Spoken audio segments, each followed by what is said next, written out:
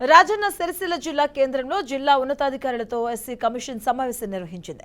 ఇసుక అక్రమ రవాణాను అడ్డుకున్న దళితులపై పోలీసులు థర్డ్ డిగ్రీతో హింసించారని బాధితులు ఆరోపించారు. ఇక కొందరికి కిడ్నీలు దెబ్బతిని ఇప్పటికీ మంచాన పడి కొట్టుకుమిట్టాడుతున్నారని బాధితులు తమ గోడును వెళ్లబోసుకున్నారు. గత ప్రభుత్వానికి ఫిర్యాదు చేసినా పోలీసులపై చర్యలు తీసుకోలేదని బాధితులు ఆవేదన వ్యక్తం చేశారు.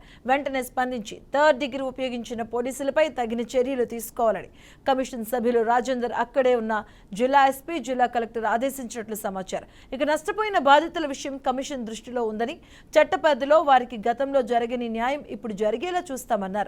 ఇక దేశంలో ఎక్కడైనా ఎస్సీలకు ఏదైనా అన్యాయం జరిగితే వారు వెనుక ఎస్సీ కమిషన్ ఉందని ఒక ధైర్యంగా ఉండాలని అన్నారు. ఆయన ఇక్కడికి రాలేడు, దయచేసి ప్రెస్ మిత్రులు అంటారు, ఒక్కసారి వాళ్ళ ఇంటికి రాదు, దయచేసి మీ కాళ్ళు మొక్కుతారు.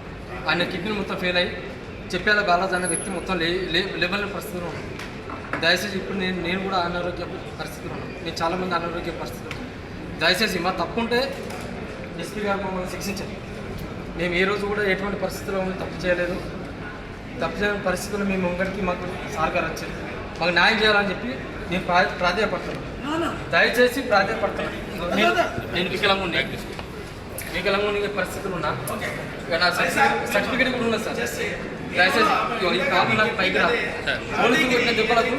పోలీసు కొట్టిన దెబ్బలు నాకు కాలు పైకి రాదు. కావాల్సిన నాకు గవర్నమెంట్ ఇచ్చిన సర్టిఫికేట్ ఉన్నది. చెప్పేలా భారత్ అనే వ్యక్తి కిడ్నీ ఫెయిల్ అయ్యి ఆయన అనారోగ్య స్థితిలో ఉన్నాడు, రేపు ఏదో చనిపోయే పరిస్థితులు ఉంది.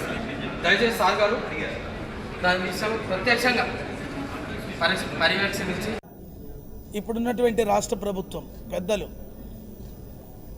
మీరా కుమారి గారు, ఉత్తమ్ కుమార్ రెడ్డి గారు వాళ్ళంతా కూడా ఇక్కడికి వచ్చి ఆ ఘటనను చూశారు. ఆ ఘటన కూడా అన్యాయం అనేది పెద్ద ఈ రాష్ట్రంలో ఒక హిస్టరీ కలిగి ఒక చరిత్ర ఘట్టంలో ఇది ఒక ఘట్టం.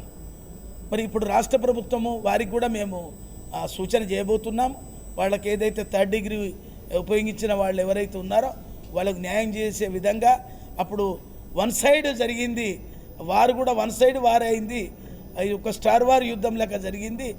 దానిలో అంతా దళితులు చాలా నష్టపోయినారు. అది కమిషన్ దృష్టిలో ఉంది.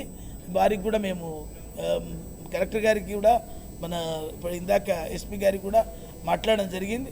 అది వాళ్ళకు న్యాయం ఏ విధంగా జరగాలి, ఎలా ఉంటుందంటే చట్టము కొంత పరిధులు ఉంటాయి. ఆ పరిధి లోపల అప్పుడు జరగలేదు. ఇప్పుడు జరిగే విధంగా మన కమిషన్ ద్వారా